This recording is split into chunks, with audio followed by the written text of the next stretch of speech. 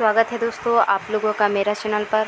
आज मैं आप लोगों को बताऊंगी कि जो सावन होता है, सावन महीने में कौन सी माला का प्रयोग करना चाहिए, कौन सी माला का प्रयोग नहीं करना चाहिए, कौन सी माला से अगर जाप करते हैं आप सावन में तो आप लोगों को ज़्यादा फल मिलता है और ज़्यादा सिद्धि की प्राप्ति होती है। कौन सी माला से जाप करने पर आपसे शक्तियाँ जो होती है वो जुड़ने की कोशिश करती है और आपसे बात करने की कोशिश करती है सिर्फ़ सावन के महीने में।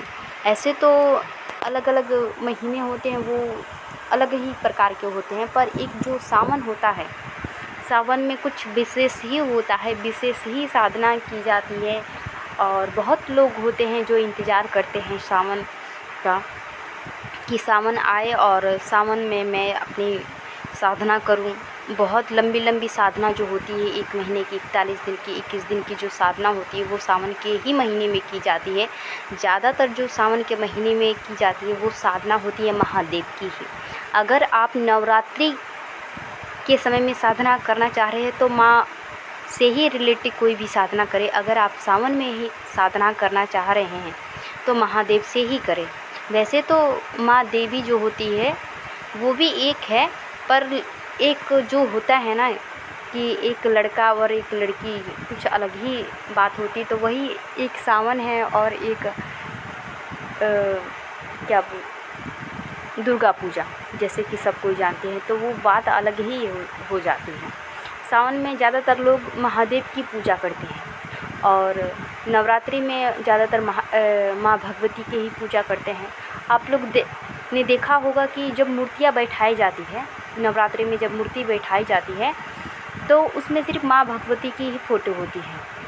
और जब सावन आता है तो सावन में अगर लोग मूर्ति बैठाते हैं, वैसे तो कम ही मूर्ति बैठाते हैं सावन में, दुर्गा पूजा में ज़्यादा बैठाते हैं, लेकिन सावन में अगर मूर्ति बैठाते हैं तो उसमें ज़्यादातर महादेव ही बैठे रहते हैं। तो इसी प्रकार मैं आप लोगों को बताना चाहूँगी, ताकि मैं ये सारी बात इसीलिए बता रही हूँ ताकि आप लोगों को समझ में आ जाए कि मैं कहना क्या चाह रही हूँ आप लोगों को।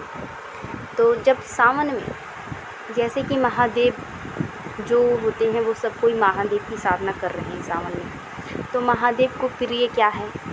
बेलपत्र है, भांग है, फूल है, गंगा जल है, जो गाय का कच्चा दूध होता है वो चढ़ाएं आप। जैसे जल से चढ़ाते हैं तो ओम नमः शिवाय करके दूध को आप चढ़ा सकते हैं। और जो रुद्राक्ष होता है तो महादेव का जो होता है वो प्रिय है, उनके शरीर में मिलता है, उनके आंसू से बना हुआ है रुद्राक्ष, तो उनका शरीर का ही एक अंश है। तो इसीलिए मैं कहना चाहूँगी, अगर कोई आप साधना कर रहे हैं सावन के महीने में तो आप रुद्राक्ष से उनकी साधना करें। रुद्राक्ष का बहुत ही सारे महत्व होते हैं। अगर आप सावन में साधना करते हैं तो जितनी भी महादेव की सिद्धियाँ होती है और शक्तियाँ होती है, जो उनकी दासी है, उनकी सेवा में जो काम करते हैं, वो आपसे भी कनेक्ट होने की कोशिश करते हैं, वो आपसे भी बात करने की कोशिश करते हैं। और इसीलिए बात करने की कोशिश करते हैं क्योंकि उनके जो शरीर में का अंश है वो आपने ले लिया है और उस चीज़ से महादेव कनेक्ट है, इसलिए शक्ति भी आपसे बात करना चाहती है। और आप अगर उनकी सिद्धि करेंगे तो सिद्ध भी होना चाहिए, जो महादेव से शक्ति जुड़ी होती है। अगर आप लोगों को कोई प्रॉब्लम है तो आप लोग कमेंट कर सकते हैं, मुझसे सवाल पूछ सकते हैं। दूसरा जो वीडियो मैं बनाऊंगी वो सावन पे बनाऊंगी ताकि आप लोगों को पूरी जानकारी सावन के बारे में मिल सके।